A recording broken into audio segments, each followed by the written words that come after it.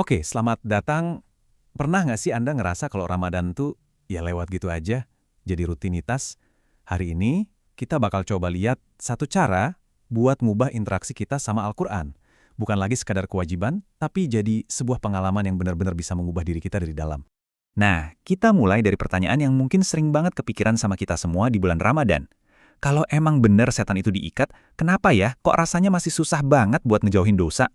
Jawabannya, ternyata mungkin ada di apa yang terjadi sebelum Ramadan itu sendiri.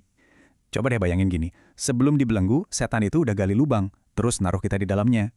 Nah, pas Ramadan datang, dia emang udah pergi, tapi kita masih harus berjuang sendirian buat keluar dari lubang itu. Jadi perjuangannya itu datang dari dalam diri kita sendiri. Dan ini nyambung banget sama kutipan yang keren ini. Fokusnya tuh bukan lagi soal berapa banyak ibadah yang kita lakuin, tapi justru apa yang kita rasain selama ngejalaninnya. Jadi ada pergeseran ya dari kuantitas ke kualitas transformasi batin. Oke, pertanyaannya sekarang, gimana caranya kita bisa ngerasain perubahan itu? Nah, kuncinya ada di satu analogi yang menurut saya indah banget. Kita coba lihat Al-Quran bukan cuma sebagai kitab, tapi sebagai cermin buat jiwa kita. Coba pikirin deh, kita kan tiap hari ngaca ya, buat ngerapiin penampilan fisik kita. Tapi cermin yang satu ini beda. Dia nggak mantulin wajah kita, tapi justru mantulin apa yang ada di paling dalam diri kita, esensi kita.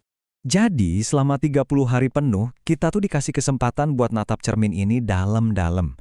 Apa ya yang bakal kita lihat? Mungkin ada noda, ada bekas luka dari masa lalu, atau rasa-rasa insecure yang selama ini kita pendam. Tapi di situ juga, kita bisa lihat diri kita yang sebenarnya, yang butuh perhatian dan penyembuhan. Dan proses refleksi ini, proses bercermin ini, sebenarnya ngebuka pintu ke sebuah percakapan yang jarang banget kita lakuin, yaitu percakapan sama diri kita yang paling inti, bagian yang biasanya kita sembunyiin dari dunia luar. Coba kita renungin bareng-bareng. Diri kita itu kan berlapis-lapis ya. Ada lapisan paling luar yang kita tunjukin ke orang-orang.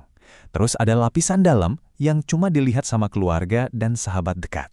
Dan ada inti diri kita. Bagian yang paling jujur, yang mungkin cuma kita sendiri dan Tuhan yang benar-benar tahu. Nah, disinilah letak keajaiban Ramadan. Bulan ini tuh jadi sebuah kesempatan emas, sebuah momen spesial, di mana lapisan inti kita yang paling rapuh dan jujur itu akhirnya bisa terkoneksi dan ngobrol langsung sama Sang Pencipta. Tapi buat bisa memulai percakapan sepenting ini, ada satu langkah lagi yang harus kita lewatin, yaitu kita harus beranjak dari sekedar memahami teks Al-Quran. Kita harus melangkah lebih jauh, yaitu untuk mengalaminya. Nah, ini dia nih bedanya. Paham secara intelektual itu penting, tapi bukan itu tujuan akhirnya. Generasi para sahabat dulu itu bisa berubah drastis, bukan cuma karena mereka paham artinya, tapi karena setiap ayat itu benar-benar mereka rasakan, benar-benar mereka alami secara mendalam. Biar lebih kebayang, coba deh kita pakai analogi ini. Kalau ayah kita nanya, kunci mobil di mana? Kita paham kan maksudnya? Itu pemahaman fungsional.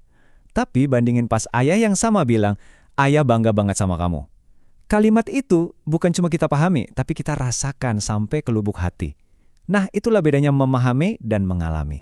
Oke, jadi setelah kita ngerti konsep cermin dan mengalami ini, kita bisa lihat gimana Ramadan jadi panggung buat kisah transformasi kita sendiri, kisah pribadi kita masing-masing. Kita perlu ingat juga Al-Quran itu kan turunnya nggak sekaligus. Wahyu itu diturunkan selama 23 tahun, pelan-pelan, bertahap, dan berhasil mengubah sebuah masyarakat secara total dari luar dan dalam. Ini salah satu transformasi terbesar dalam sejarah manusia. Dan yang paling luar biasanya lagi, apa? Allah tuh seakan-akan udah merangkum esensi perjalanan 23 tahun itu ke dalam satu bulan Ramadan.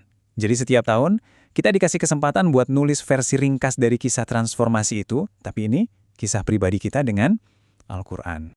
Artinya, bulan ini tuh jauh lebih dari sekedar nahan lapar dan haus ya kan?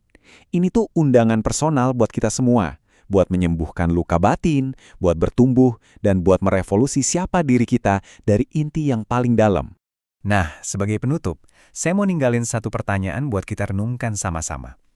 Saat bulan ini Anda mengangkat Al-Quran dan ngejadiin Al-Quran sebagai cermin buat jiwa Anda, apa sih yang sebenarnya pengen Anda temukan di sana?